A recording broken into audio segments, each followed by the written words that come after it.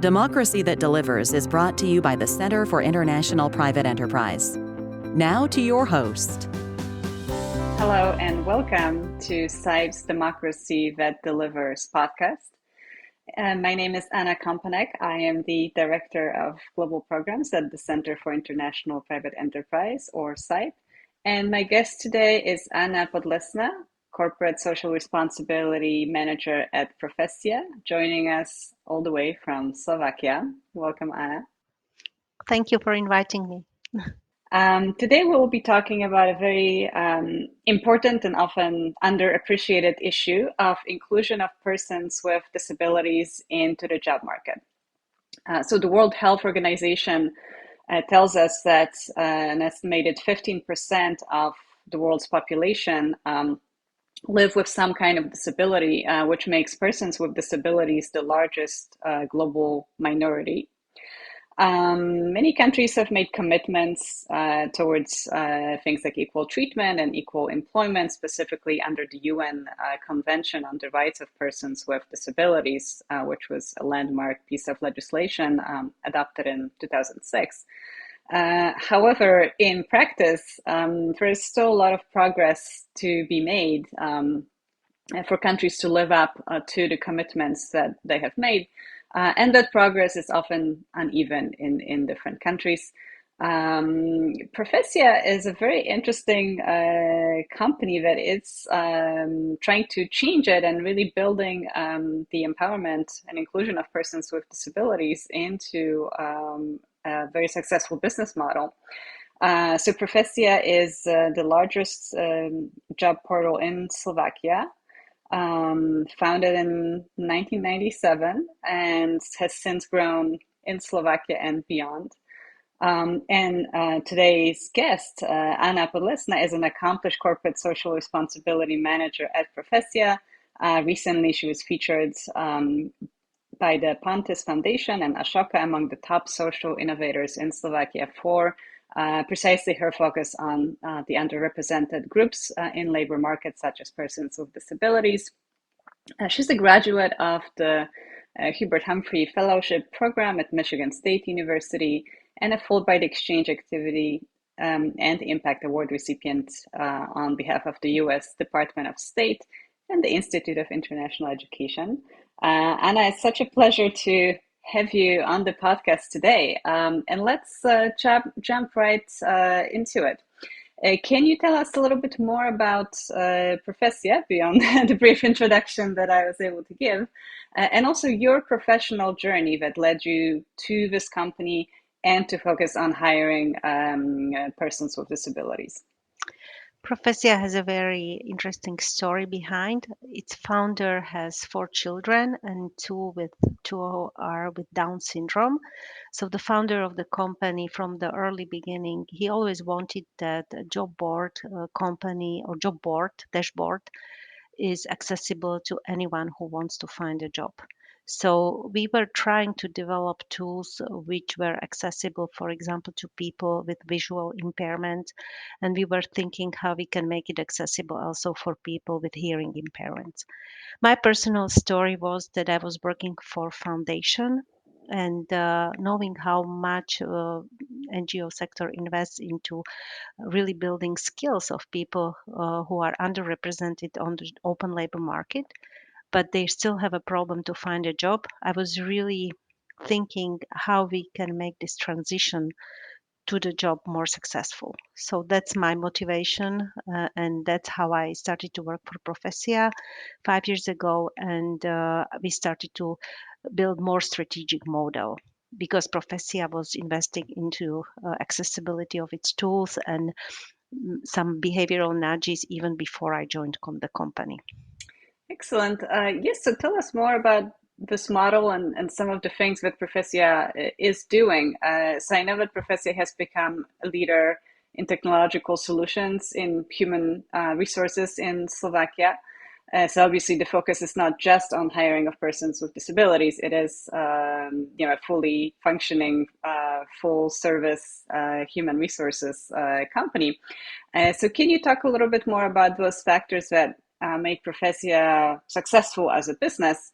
which in turn allowed it to invest more specifically into helping find employment for persons with disabilities. We were the first company which started a job search through internet. So we started to connect job seekers and recruiters using internet, and we were there in the right time, in the right moment. So that gave us certain competitive advantage. But what regarding the employment of people with disabilities in 2006, we found out that in Slovakia we do not have transparent search for sheltered workshop. So we developed a portal which enabled companies to see what type of organizations is available in Slovakia and what type of products and services they offer and how they can actually buy some products and services from them and thus support sheltered job opportunities. But in 2013, we decided, because we have a legislation in Slovakia, that if you are employing as a company more than 20 people, you are obliged to employ 3.2% of people with disabilities. But many times companies are using purchasing or suppliers from the workshop shelters, and they actually use the sheltered workshops, and they use sheltered workshops for to cover this legislative obligation, I would say. So we in 2013 we decided that what would happen if we add to the CV form a field that people can indicate their disability. And what it means to indicate the disability. If you are an employer, you are considering a potential job seeker as a person with disability if you have more than 40% limited ability to perform meaningful activity. So that's from the legislation, the term. So we enable job seekers to indicate whether they have some limitations more than 40%, but we were not talking about their limitations. We encourage them to show how they can actually perform the job. And that field was added to the CV form in 2013, but in 2018 we decided to start a survey which was focusing on attitudes and discrimination in the open labor market in the workplace.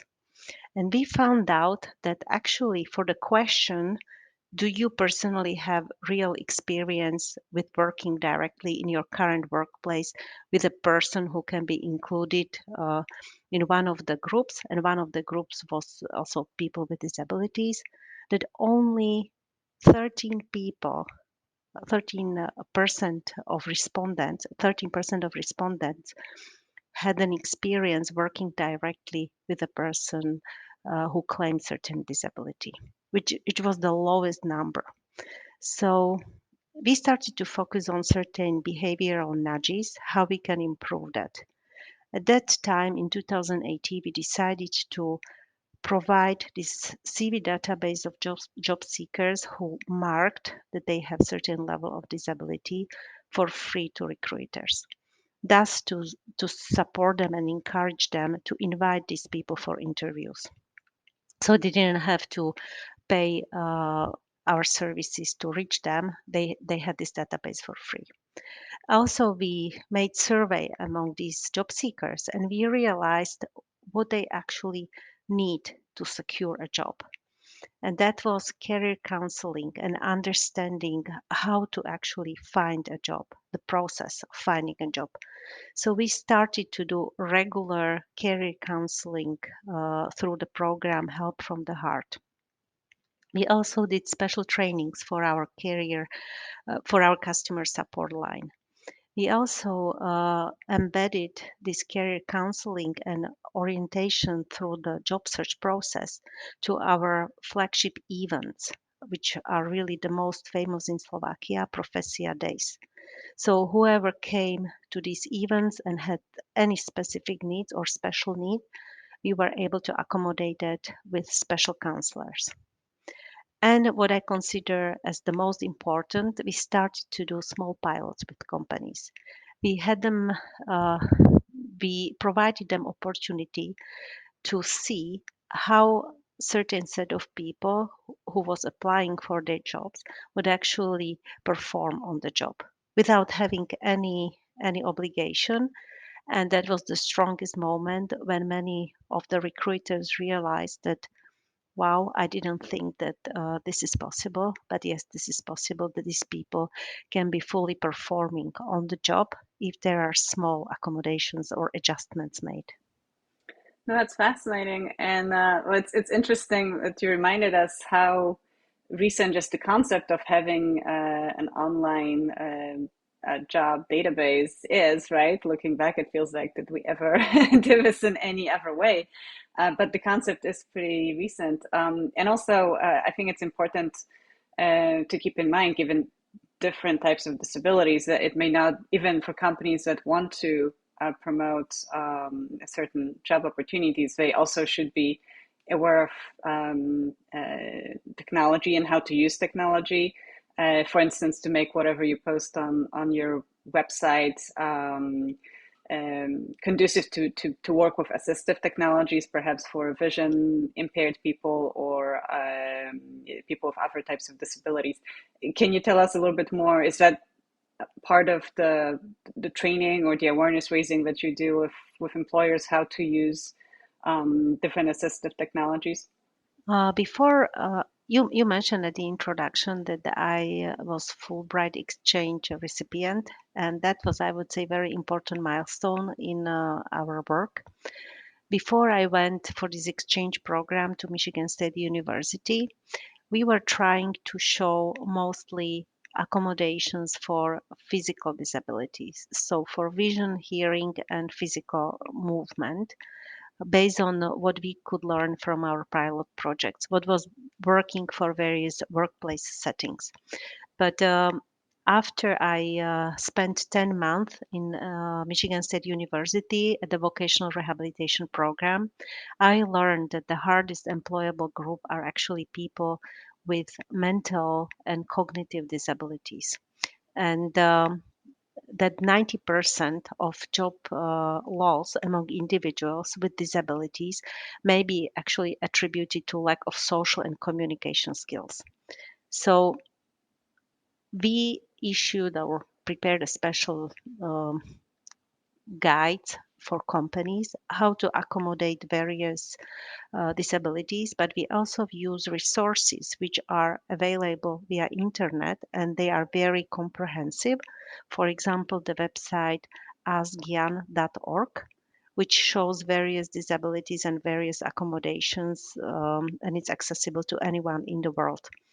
But also we brought a special program focus on evidence-based program focus on social and communication skills at the workplace called ASSET, which was developed by Michigan State University, and we are now testing it on the 100 job seekers with various disabilities, and we are implementing a process which can improve their transition from the school to open labor market, because we learned that actually physical accommodations are easier to make, but when it comes to mental processes and understanding what's happening in the workplace, that's the hardest part for many people with disabilities who have never had a chance to actually try the job or to be on the job, to have some work experience.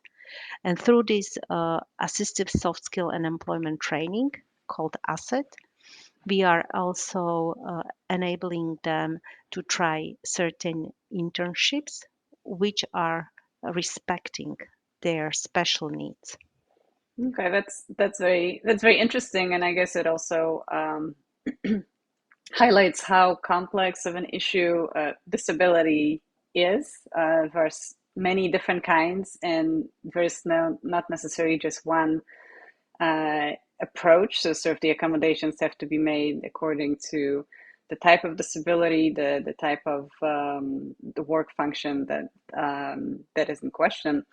I wanted to go back for a moment to the survey of the employers you mentioned, since I know Profesia regularly surveys employers, and you already mentioned one, probably the biggest fear that comes up, which is employers focused on what a person with disability cannot do as opposed to on what they can do, and that maybe impacts how they evaluate their ability to perform on the job.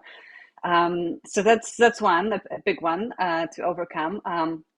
But what are some of the other findings that you would want to share from that survey?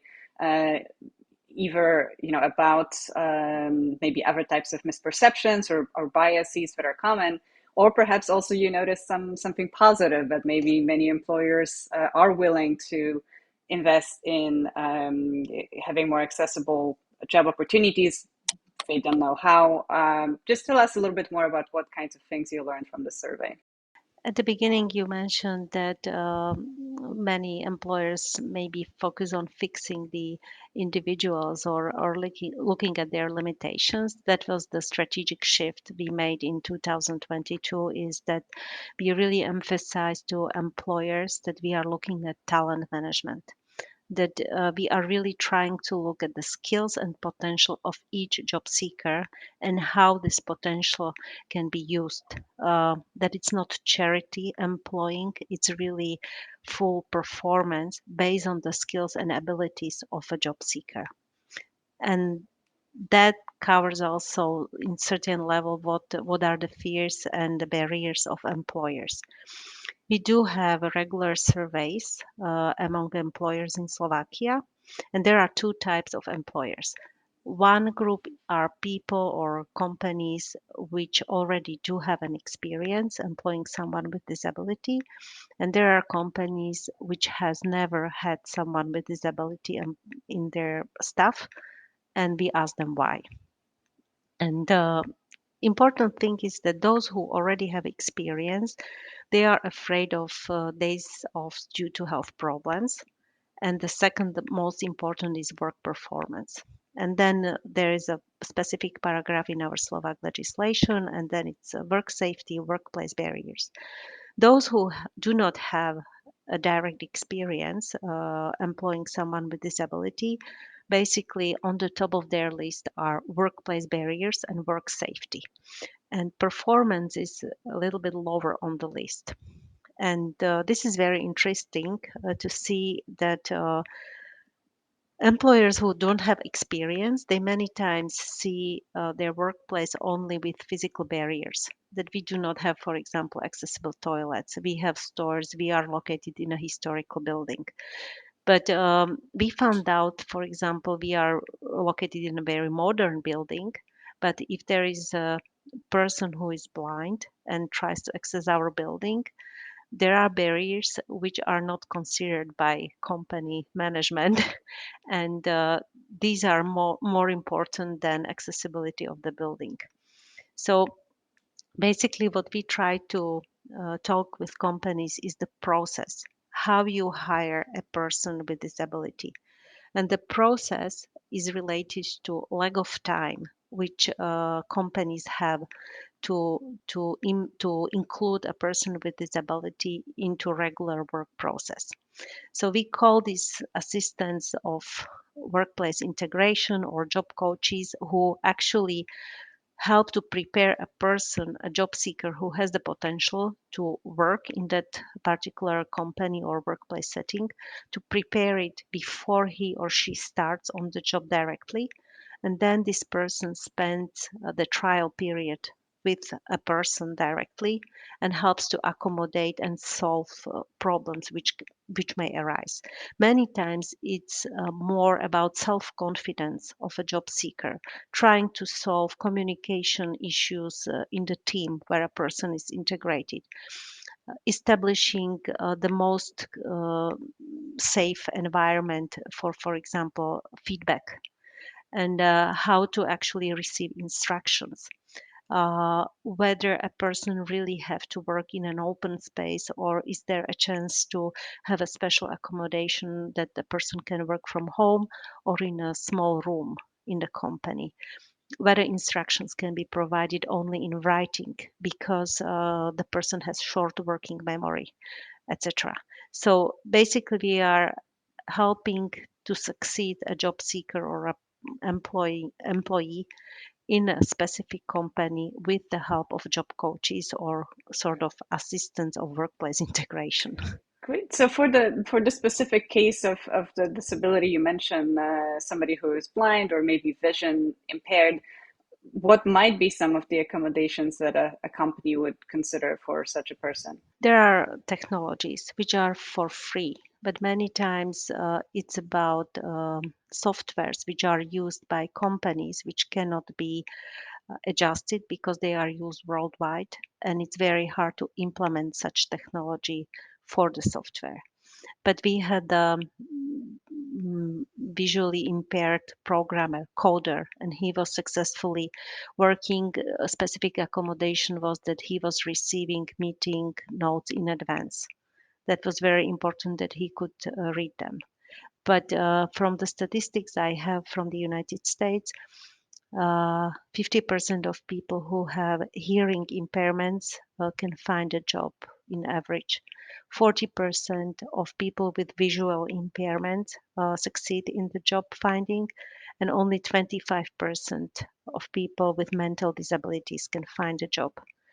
So therefore, what we are using is the model which is helping neurodivergent people, people with mental disabilities, and we use it for any type of person which is actually having certain limitations.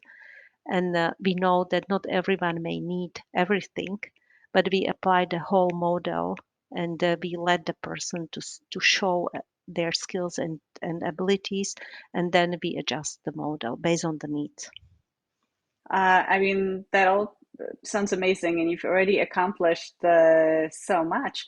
But I wanted to turn our attention towards the future for a moment. So, from previous conversations, I know that internally, Profesia sets certain goals for yourself, how you want to attach a metric or key performance indicator to how many people with disabilities can find, from those who apply for your platform, how many can find employment. I believe it is the target is for every other job seeker with disability listed on your portal to find employment. Correct me if I'm wrong, but tell us a little bit more about this. Or how did you decide on this target? Did you use target setting in the past as something to help you internally focus on this particular work? There are many factors which influence employment of people with disabilities. So we look only to those factors which we can influence and we can positively impact. In average, we have approximately 1,800 job seekers in our database of people with disabilities. In general, per month, we have approximately 80 up to 90,000 of job seekers per month. So that's in average 2% of database. And when we were asking them on regular basis how many people find a job in 2018, we found out that every fourth job seeker was able to find a job using Profesia.sk. So we were really thinking what type of nudges we can do in order to increase the success rate. So every second job seeker can find a job. And we set up the year 2025 as a specific milestone. And since that, we provided this database for free to companies. We started to help companies to do small pilots in their specific workplace setting using job seekers from this database. We brought this assistive soft skills and employment training to schools and provided also online to interested job seekers. We connect this training to internships because in our surveys, in like work experience is number one which is requested by employers when a job seeker is trying to apply for a job. And many times people with disabilities do not have any work experience. So we are trying to encourage job seekers to at least have work experience through internships. We put together manuals for employers and for job seekers. What is the process of looking for a job in our century? Because many times it really changed a lot, and people don't know what is the process, what are the steps in this process. We also started to implement really this career counseling on regular basis. So anyone who is searching for a job through our platform can apply and use career counseling specifically for people with disabilities. And also we are providing this accommodation also during our flagship events. So we are basically implementing small nudges which are around the recruiters and around job seekers, so it's more accessible for them to have something which can help them to succeed. Great. And also looking forward, can you tell us a little bit more, perhaps beyond what you've seen in the survey, by looking more broadly in Slovakia, around the world?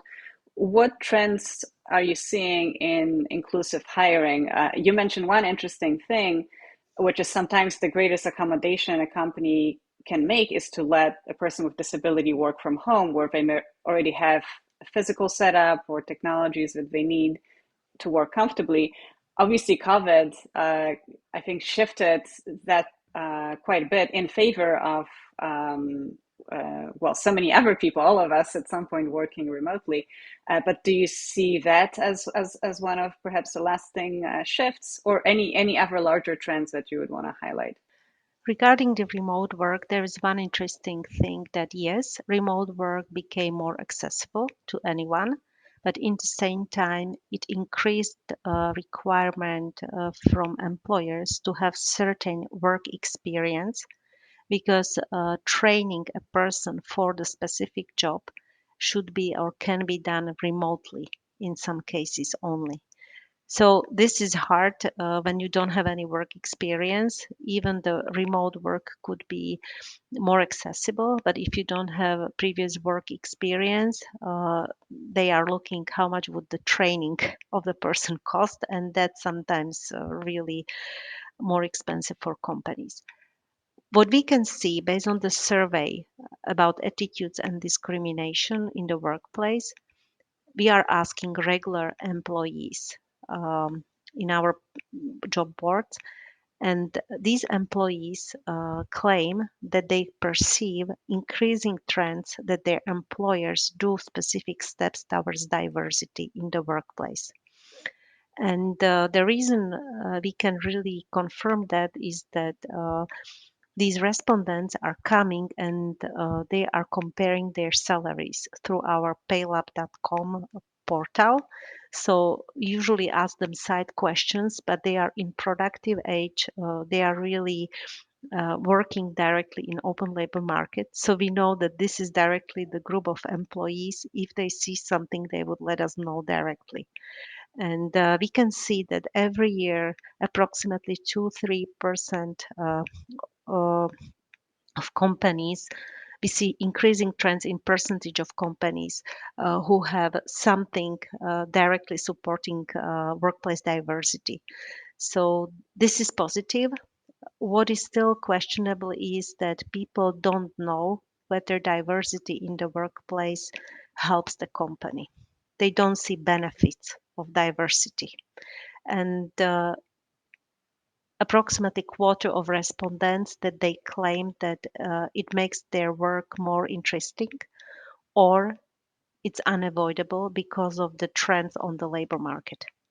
But there are people on the other side, approximately 7% of respondents claims that diversity in the workplace just causes them like more time for management. It needs more time for management to work with those people, or it provides less attention to those who are also from other disadvantaged group in the workplace, or it forces them to adjust too much.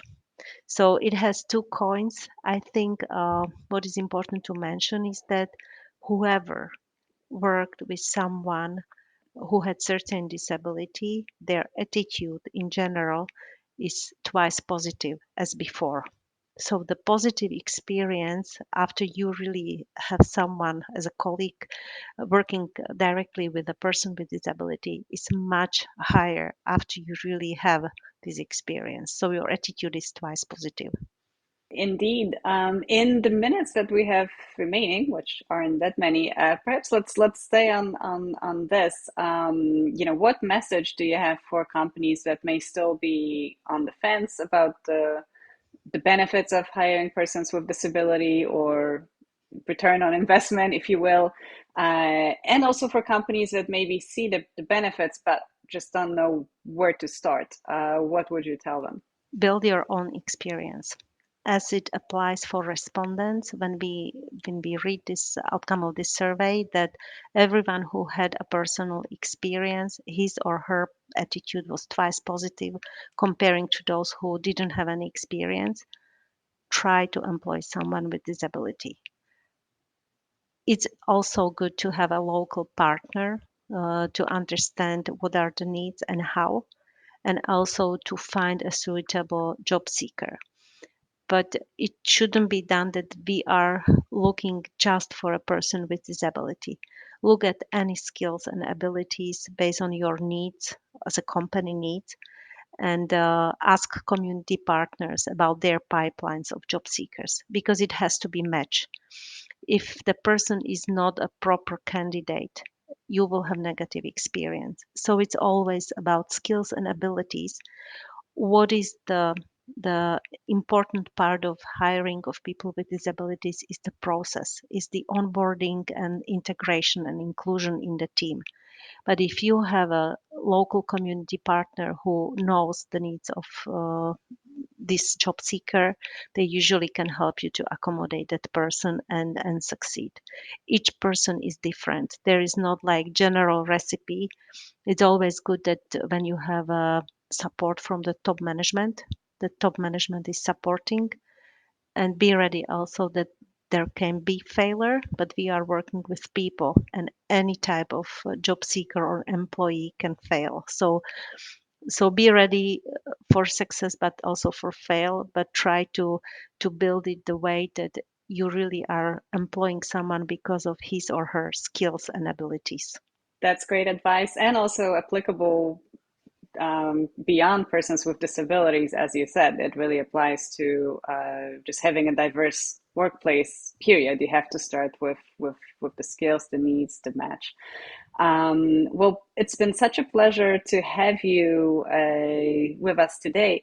Again, your work is very inspiring, very impressive, and again, reminding our audiences we're not talking about sort of a charitable endeavor here. Profesia is a for-profit company that managed to build in this particular focus in your own business and make it work.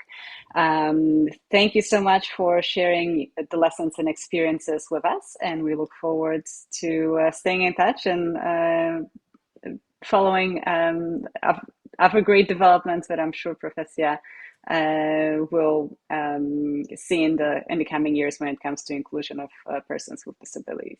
Thank you so much for joining us today. Thank you for inviting me.